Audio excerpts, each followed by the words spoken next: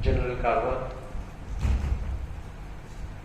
our DC South, senior veterans officers, JCOs, हमारे साथ वीर नारीज और हमारे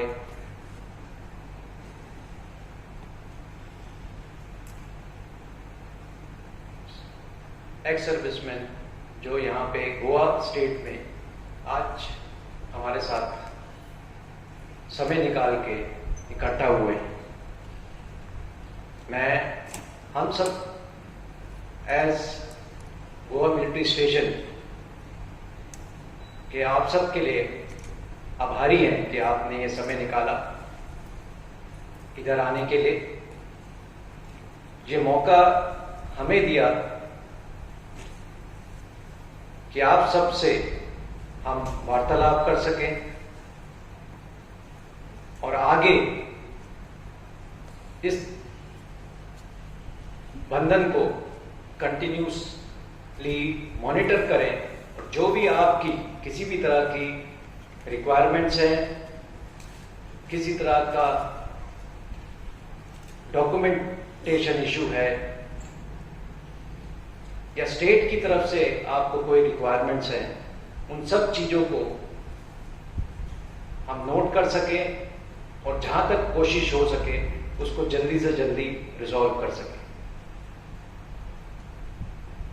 उसी कारण वर्ष हमारे साथ हमारे हर एक डिपार्टमेंट के लोग यहाँ पे प्रेजेंट हैं, जो रिकॉर्ड से जितने लोग अलग अलग रिकॉर्ड से हमारे को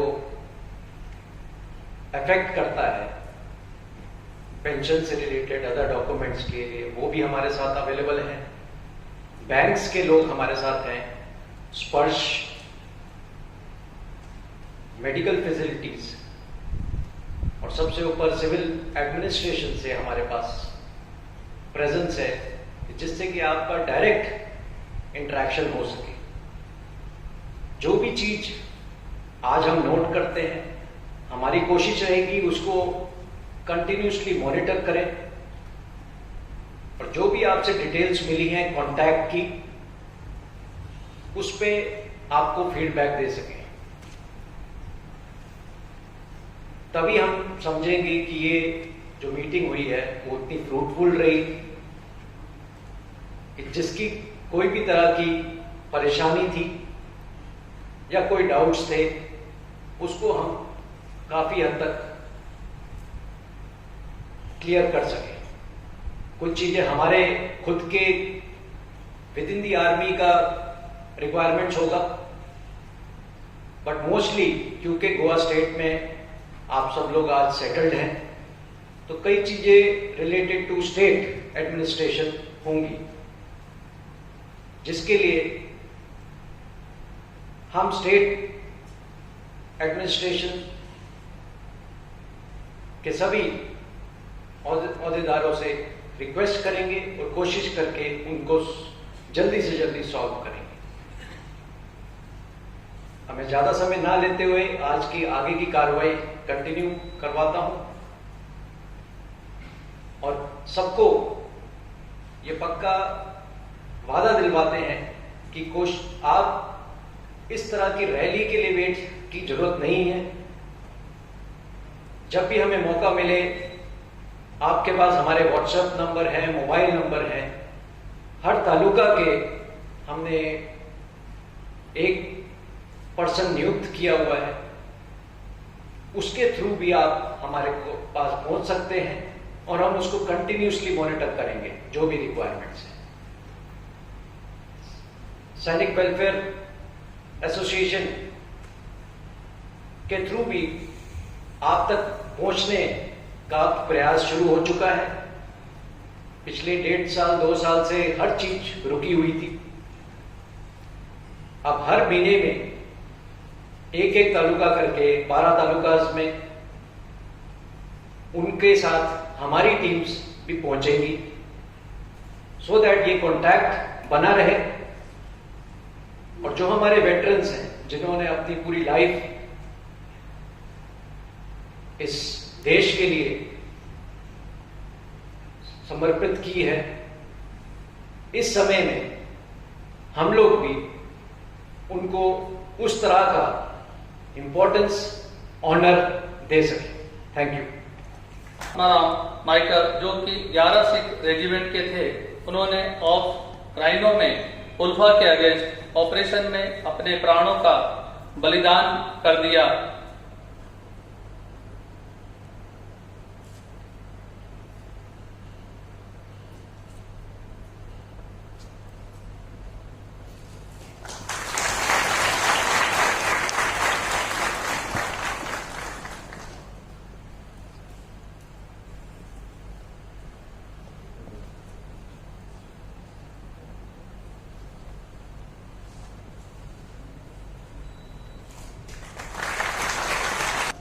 Brigadier A.S.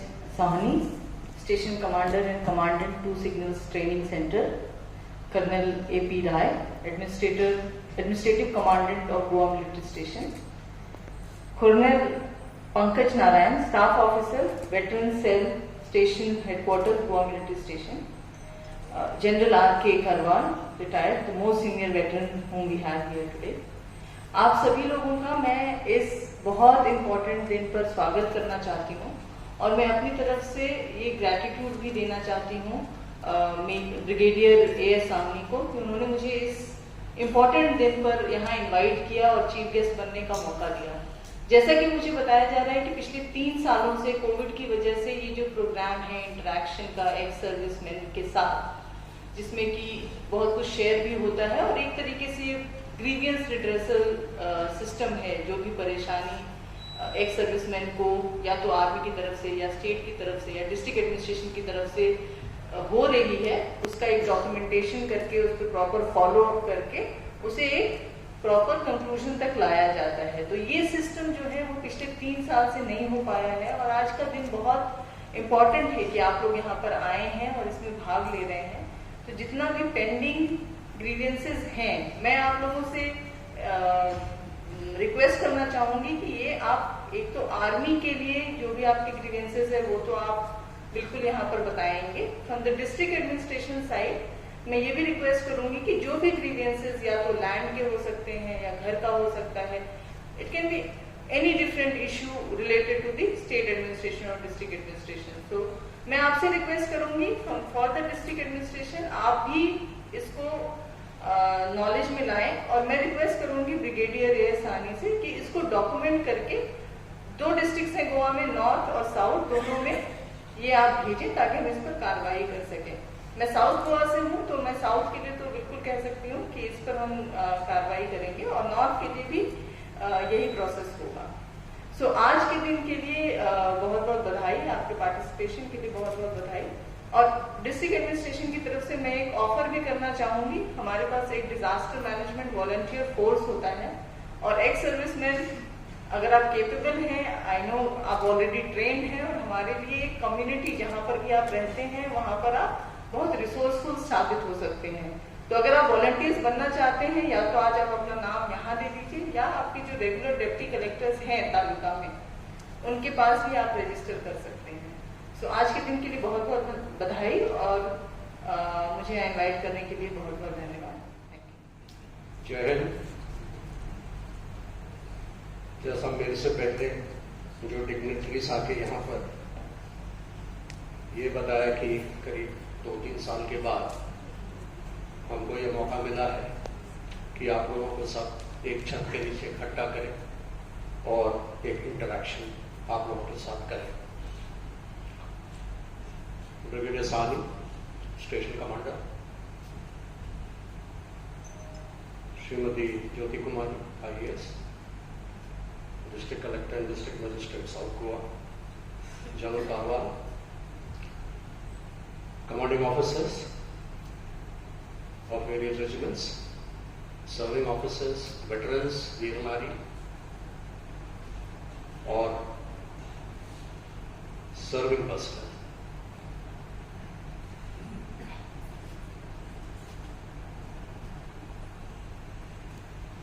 आर्म फोर्सेस के अंदर 16 से 19 साल के बीच में सभी भर्ती होते हैं। उस टाइम पर जो है अपना टीनेज का ही रहता है, दुनियादारी का कुछ ज्यादा समझ में नहीं, समझ कम है। 15 से लेके 20 साल या 25 साल सर्विस करने के बाद जब आप वापस आते हैं सिविल सोसाइटी के अंदर, उस टाइम पर करीब एक झटका सा लगता है। जो सारी चीजें अलग रहता है, जो चीजें आपने सर्विस के अंदर सीखा है, जो किया है, उस माहौल में आप सर्विस किए हैं, वहाँ के कल्चर्स, वहाँ का ट्रेडिशन, उसका पालन किया। जब बाहर आने के बाद आपको ये पता चलता है कि आपके जो फैमिली प्रॉब्लम्स हैं, आपके जो लैंड प्रॉब्लम्स हैं, बाकी के कई प्रॉब्लम्स हैं, आप उसमें थोड़ा बहुत उलझ जाते। दूसरी बड़ी बात यह है कि आपका आमदनी करीब करीब आधा हो जाता है, यानी कि आपका पेंशन, और आपकी लायबिलिटी जो है थोड़ा बढ़ जाता है, क्योंकि बच्चे बड़े हो रहे हैं, घर बनाना पड़ता है। जॉइंट फैमिली सिस्टम में जो है वो अपना अलग से अपना न्यूक्लियर फैमिली बसाना चाहता है। इसके अलावा 35 से लेके 37 साल की उम्र में करीब करीब 90% सर्विसमैन रिटायर होते हैं। एक रीएम्प्लॉयमेंट की जरूरत पड़ता है अपने आप को सस्टेन करने के लिए। वो रीएम्प्लॉयमेंट में दिक्कत होती है, क्वालिफिकेशन कम होता है, जैसे सिविल में मांगते हैं। कई इक्वेशन ऑफ ट्रेड जो है वो मिनिस्ट्री डिफेंस ने दिया है, उसके बावजूद कुछ ऐसे ट्रेड्स होते हैं या कुछ ऐसे पोस्ट होते हैं सिविल के अंदर जिसके अंदर आपका क्वालिफिकेशन नहीं बनता। मैं जब सर्विस में था तो इन सब का कोई ज्ञान नहीं था। हम सैनिक सम्मेलन, चाहे वो कंपनी लेवल पर हो, चाहे बटालियन लेवल पर हो, चाहे सेंटर लेवल पर हो, इस चीज को बहुत कम बताते थे कि आपको रीसेटलमेंट कोर्स करना है। रीसेटलमेंट कोर्स से आपको सिविल एम्प्लॉयमेंट में जो है एलिजिबिलिटी बढ़ जाता है। तो ये हर रेजिमेंटल सेंटर को अभी कई सालों से ये बताया गया है कि सैनिक सम्मेलन में इस टाइप का कोर्स की जानकारी दिया जाए, जो director general resettlement, army placement cell और बाकी दो सर्विस, नेवी, एयरफोर्स, वो चलाते रहते हैं, जिससे कि आपको रीएम्प्लॉयमेंट सुविधा जो है आसानी से मिल जाए। जहां तक कि सैनिक वेलफेयर का ताल्लुक है, आप सबको ज्ञात होगा कि हर लेवल पर, हर स्टेट के अंदर एक डिपार्टमेंट ऑफ सैनिक वेलफेयर होता है जो स्टेट एडमिनिस्ट्रेशन के अंदर रहता है। इसके अलावा हर जिले के अंदर एक जिला सैनिक बोर्ड होता है। गोवा एक छोटी सी जगह है, एक जिले के करीब करीब ही है आबादी और एरिया के मुताबिक, तो यहां पर एक ही डिपार्टमेंट है जो साउथ और नॉर्थ गोवा के वेलफेयर एक्टिविटी को संभालते हैं। कई प्रॉब्लम्स जो है, आपको जो मेन मुद्दा है जो आपको फेस करते हैं, वो जो है सर्टन वेलफेयर एक्टिविटीज, ये हर लेवल पर अभी आर्मी, नेवी और एयरफोर्स तीनों सर्विसेज एक वेटरन सेल इसको एस्टैब्लिश किया है। ये right up to from integrated headquarters से नीचे कमांड लेवल पर, एरिया लेवल पर, स्टेशन लेवल पर ये फंक्शनल है, जिसके अंदर ऑफिसर्स और बाकी जो अदर रैंक्स हैं ये आपके मदद के लिए ये एस्टैब्लिश किया गया। इसके थ्रू आप ECHS, CSD जो आपको प्रॉब्लम होता है, कैंटीन फैसिलिटीज और बाकी कई मुद्दे हैं जिसका आप ग्रीवियंसेस इन सेल्स के थ्रू आप हासिल कर सकते हैं। जहां तक राज्य सैनिक बोर्ड या डिपार्टमेंट ऑफ सैनिक वेलफेयर का जो मेन रिस्पॉन्सिबिलिटी है वो है वेटरन्स और वीर नारी, उसी पर्टिकुलर स्टेट का वेलफेयर, रिहैबिलिटेशन और रिकंस्ट्रक्शन, इन चीजों का ख्याल रखते हैं, जिसके अंदर कई फैसिलिटीज दिए जाते हैं। हमारा स्टॉल यहां पर लगा हुआ है, जब आप जाएंगे स्टॉल के अंदर तो आपको कई चीजों को अवगत किया जाएगा। मोस्ट ऑफ गोवा के जो वेटरन्स हैं इन सबको जानते हैं, वेबसाइट्स हैं और आउटरीच प्रोग्राम हम हर महीना करते हैं। तालुका में जाके, उनके घर जाके, government at your door step, इसके थ्रू आपको सारी जानकारी दिया जाता है। फिर भी कुछ मेन जो चीजें हैं जो सबके फायदे के लिए मैं यहाँ पर थोड़ा दोहराना चाहता हूँ, ज्यादा एलोबोरेट नहीं करूंगा, बट मेन मुद्दे जो है आपको यहाँ पर मैं बताने की कोशिश करता हूँ। ऑफिसर से लेके जवान, जेसीओ, इन सब के लिए वेलफेयर एक्टिविटीज जो है इसका प्रावधान किया गया है। जैसे मार्टर्स, जो हमारे जवान जो शहीद हो जाते हैं, बैटल कैजुअल्टी या फिजिकल कैजुअल्टी, उनके लिए गोवा सरकार अब ये अंडर रिविजन है, लेकिन at present 20 lakh rupees as ex gratia, job to the eligible dependent और free education up to graduation level up to 2 children, ये जो है प्रावधान किया गया है।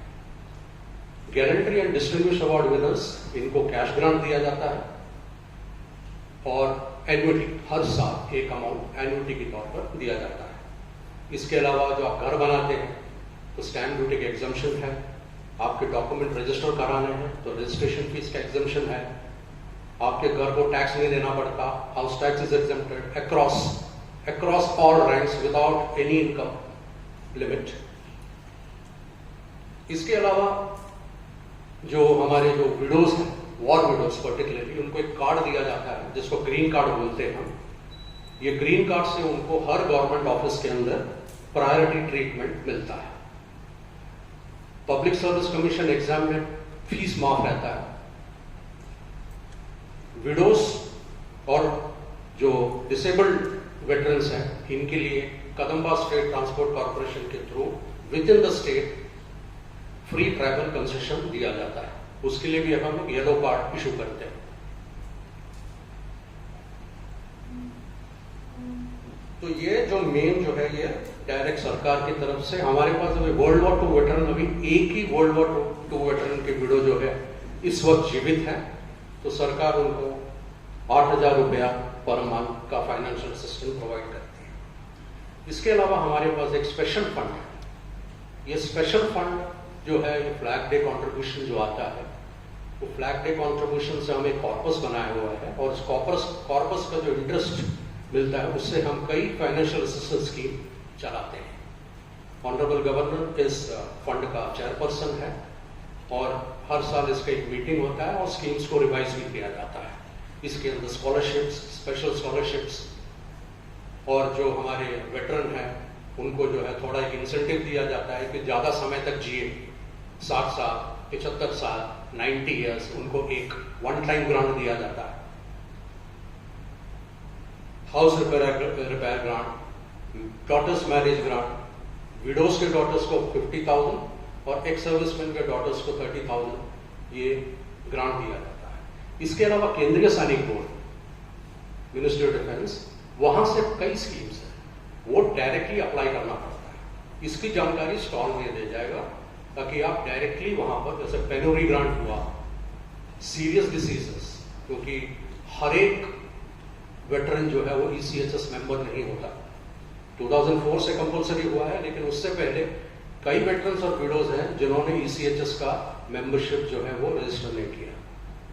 सो उनके लिए खास तौर पर, और नॉन पेंशनर्स के लिए अभी 1 साल पहले वो ECHS का मेंबर का एक नोटिफिकेशन निकला है जिसके अंदर इन पेशेंट ट्रीटमेंट जो है आपको फ्री दिया गया।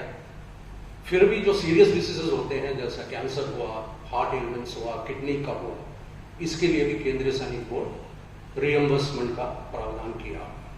ये आप डायरेक्टली कर सकते हैं वेबसाइट पे जाके, ऑनलाइन एप्लीकेशन जो राज्य सैनिक बोर्ड बाद में उसको अप्रूव किया करते हैं। पेंशन इश्यूज, पेंशन इशू ये अभी खास तौर पर ये 2-3 मेन इश्यूज जो होता है इधर गोवा के अंदर पर्टिकुलरली, जो बाकी स्टेट में नहीं होता, कि यहां पर जब आप मैरिज करते हैं, जब शादी करते हैं, तो आपका वाइफ का नाम कुछ और होता है। जैसे एग्जाम्पल के तौर पर अगर मेरा नाम से दीपक है तो मेरे वाइफ का नाम चलो सुनीता है, तो शादी के बाद नाम चेंज कर देते हैं एक यूनिफॉर्मिटी लाने के लिए। ये गोवा में ज्यादा देखा गया। तो शादी के बाद दीपक की जो पत्नी है उसका नाम दीपाली हो जाता है, या सुनील की जो है वो सुनीता हो जाती है। समथिंग कॉमन, ये होता है गोवा के अंदर। अब क्या होता है कि आगे जाके ये फैमिली पेंशन में प्रॉब्लम करता है, क्योंकि जॉइंट नोटिफिकेशन नहीं करते, पब्लिक अक्रेंस रिपोर्ट नहीं करते, एंडोर्समेंट जो पेंशन का एंडोर्समेंट है उसमें नहीं, तो सर्विस पेंशन के गुजर जाने के बाद फैमिली पेंशन को प्रॉब्लम हो जाता है, क्योंकि फैमिली पेंशन नहीं मिलता है। चेंज ऑफ नेम, अब चेंज ऑफ नेम पहले जो है ये प्रॉब्लम होता था कि गैजेट पब्लिश करो, 2 न्यूज़पेपर में डालो, एफिडेविट प्रोड्यूस करो, सर्विस सर्टिफिकेट का कॉपी लगाओ, ये फिर रिकॉर्ड ऑफिस में जाता है, रिकॉर्ड ऑफिस में 3-4 महीना बैठा रहेगा उसके ऊपर, उसके बाद ये पीसीडीए जाएगा, पीसीडीए भी 3-4 महीना बैठा रहेगा इसके ऊपर। अब मिनिमम जो हमने एक्सपीरियंस किया हुआ है time frame is 6 to 8 months। 6 to 8 months में आप कैसे जीओगे बगैर पेंशन का? तो यहां पर जो भी हैं जो पुराने पेंशनर्स, ये इस बात का नोट कर लें कि आप एंडोर्समेंट ऑफ फैमिली पेंशन तुरंत ही कर लीजिए, प्लस जो आपका एनओके है उसका एज का एंडोर्समेंट भी करा दीजिए, क्योंकि 80 years ऑनवर्ड्स पेंशन में इंक्रीमेंट मिलता है 20%, 25%, 30%, और जब 100 साल के हो जाओगे 100%। तो ये बहुत जरूरी चीज है। इसके अलावा जो पुराने पेंशनर्स है वो ट्रेजरी पेंशन ड्रॉ करते थे डीपीडीओ से। अब ट्रेजरी पेंशन से उन्होंने शिफ्ट नहीं किया अपना बैंक पेंशन।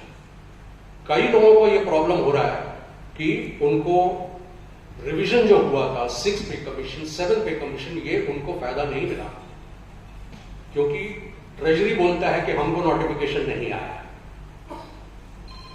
10-12 पेंशनर है हमारे पास, हमने 3-4 बार उनको चिट्ठी लिख के ये बताया कि आप शिफ्ट करिए, अभी तक 1 या 2 ने किया है, तो बाकी आप यहां पर हैं जो, या आपके साथी हैं जो आपके एरिया में, उनको इस चीज को बताया, ये बहुत जरूरी है। 2016 के बाद जो पेंशनर रिटायर हुए, जो सर्विसमैन रिटायर हुए, उनका पेंशन जाता है स्पर्श के ऊपर। अब स्पर्श एक सॉफ्टवेयर बनाया है मोदी ने, पीसीडी इलाहाबाद ने, जिसके अंदर आपका जो पेंशन सैंक्शनिंग अथॉरिटी है वो पीसीडी रहता है, और पीडीए जो हम लोग पेंशन डिसबर्समेंट अथॉरिटी बोलते हैं वो आपका बैंक्स रहते हैं। पहले ये सीपीपीसी करके आपने सुना होगा, आपको पीपीओ नहीं मिलता था, आप बोलते हैं बैंक को मेरे को पीपीओ चाहिए, मुझे मालूम नहीं मेरे पेंशन कितना है, वो बोलते हैं कि हम सीपीपीसी को लिखेंगे, क्योंकि सारा का सारा पीपीओ सीपीपीसी के पास, हर बैंक का सीपीपीसी होता है, सेंट्रल पेंशन प्रोसेसिंग सेंटर। उस चीज को धीरे धीरे अभी निकाल और डायरेक्टली पीसीडीए स्पर्श सॉफ्टवेयर के थ्रू आपको पेंशन डिस्बर्स कर रहे हैं। अप्रैल के महीने में डिजिटल लाइफ सर्टिफिकेट जो हर नवंबर में सबमिट करते हैं, फिजिकल फॉर्म में करते हैं, लेकिन जो स्पर्श पर है उसको एक्सेप्ट नहीं किया स्पर्श, क्योंकि वो डायरेक्टली स्पर्श में अपलोड करना है। 4.5 लाख पेंशनर का पेंशन रुक गया अप्रैल के महीने because of this factor. We had requested the Sparsh team जो आपकी मदद करेंगे, वो आपके हमारे स्टॉल में है। तो इस प्रोग्राम के बाद जिस किसी को भी स्पर्श में प्रॉब्लम है, अगर आपका डिजिटल लाइफ सर्टिफिकेट आपने अपलोड नहीं किया, आप यहीं पर तुरंत करवा सकते हैं। प्री 2016 के जो पेंशनर है वो धीरे धीरे उनको माइग्रेट करेंगे अगले कई सालों में, जब तक ये 2016 का प्रोसेस खत्म नहीं होता। तो ये पेंशन का जो है, आप ये 3 मुद्दे जो है वो बहुत इंपॉर्टेंट है। और गांव में जो रहते हैं, अब विडो को ये नहीं मालूम कि उसको पेंशन मिलता है कि जनरली क्या होता है कि हम लोग वेटरन्स हैं, वो हम अपने फैमिली के साथ शेयर नहीं करते हैं कुछ भी। हम अपने आमदनी जो है वो सीक्रेट रखते हैं, कभी नहीं बताते कि मेरा इनकम कितना है, मुझे कितना पेंशन मिलता है, मेरा एसेट्स क्या है, हम कुछ नहीं बोलते। और अचानक जब हम रुक जाते हैं, फैमिली को प्रॉब्लम होता है, उसको ये नहीं मालूम कि मुझे पेंशन लागू है कि नहीं। फिर वो जो चक्कर काटना शुरू करती है, कोई बोलता है कि नहीं आपको पेंशन मिलना चाहिए, तब जाके मेरे पास ऐसे ऐसे केसेस आए हैं 20 साल, 25 साल, 30 साल। मेरे स्टाफ बैंक में बैठ के 1-1, 2-2 महीना पेंशन सॉर्ट आउट किया है, और एरियर्स के तौर पर सबसे ज्यादा 48 लाख एक विडो को मिला। 1971 से उसका पेंशन रेगुलराइज नहीं हुआ। तो जो भी वेटरन यहां बैठे हैं, वो अपनी वाइफ के साथ शेयर करें और एक कागज में लिख के रखें, वाइफ को पकड़ाओ कि मुझे पेंशन ये है, मेरा अकाउंट नंबर ये है, मेरा बैंक ये है। मेरे गुजरने के बाद आप सीधा उस बैंक में जाइए या सैनिक वेलफेयर में जाइए जो आपको मदद करेगा पेंशन मिलने के लिए। तो ये जरा ध्यान रखिए। ब्रिगेडियर सानी, ज्योति कुमार टेलकावर और सारे एक्स सर्विसमैन जो यहाँ पे प्रेजेंट हैं, जो एक्चुअली मैं यहाँ पे कुछ मुद्दों को आपको बताने के लिए आया हूँ। ज़्यादातर मेजर नायर ने कवर कर दिया है। सबसे पहले ECHS, आप लोग सबको पता है, लेकिन फिर भी मैं दोबारा ये चीज़ बताना चाहता हूँ कि ECHS के कार्ड्स हैं, पहले 32 kbps के थे, अब वो 64 के होते हैं। सभी जिन्होंने 64 में कन्वर्ट नहीं किया है, कृपया नए कार्ड के लिए अप्लाई कर दें। काउंटर बाहर लगा है। अगर आपको कोई दिक्कत आती है इसमें, हम बैठे हैं यहाँ पे, ECHS सेल में भी आ सकते हैं और कहीं से भी आप करा सकते हैं, जब तक हमें आपकी पूरी मदद की जाएगी। दूसरी चीज मेजर नायर ने कवर किया, वो पेंशन रिलेटेड मैं आपसे बात करना चाह रहा था। एक फैमिली पेंशन जो इन्होंने बताया है, और हम लोग अपने फैमिली को, फैमिली मतलब चाहे वो बच्चे हों या आपकी वाइफ हो, उनके राइट्स या उनको क्या मिलने वाला है उसके बारे में कभी नहीं बताते, और अगर बताते भी हैं तो उनको ये उसका इंपॉर्टेंस पता नहीं चलता जब तक कि आपके साथ में। उनको लगता है he will take care of everything, सब संभाल लेंगे, हमें जानने की जरूरत नहीं। लेकिन प्रॉब्लम तब आती है आपके बाद, तब उनको यह एहसास होना शुरू होता है कि शायद उस समय जब हम लोग मुझे बता रहे थे, कहीं पे नोट करके रखते या ध्यान देते। आपका पूरा कितना फोटो क्या गिरे बघा ते असं वाट तसंच आहे.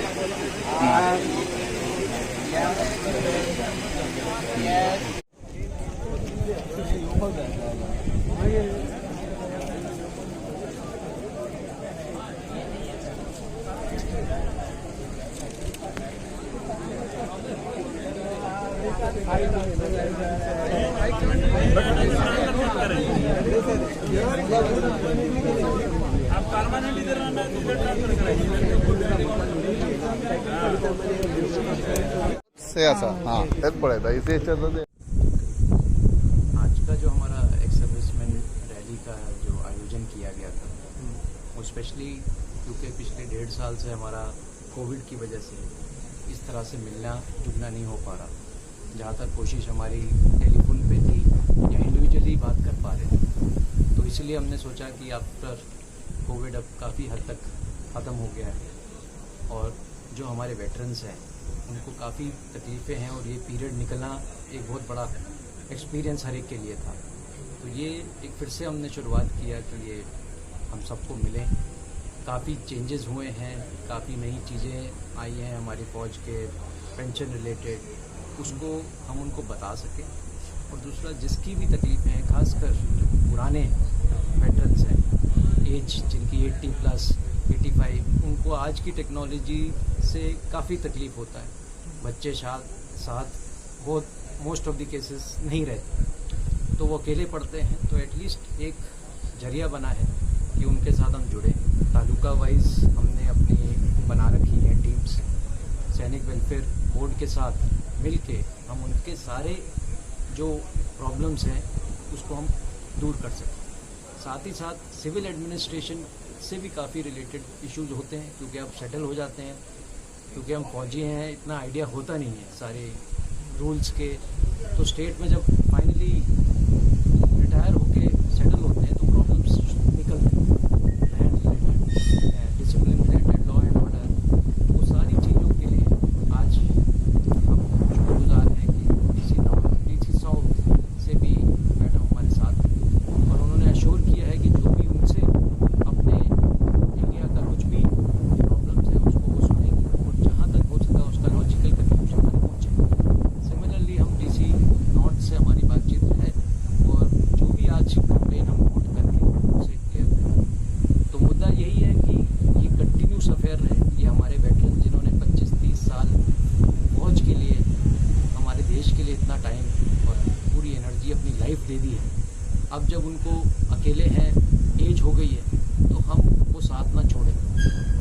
उसी तरह का आदर सम्मान के साथ उनकी रिस्पेक्ट और उनको सारी फैसिलिटी जो दी जा सकती है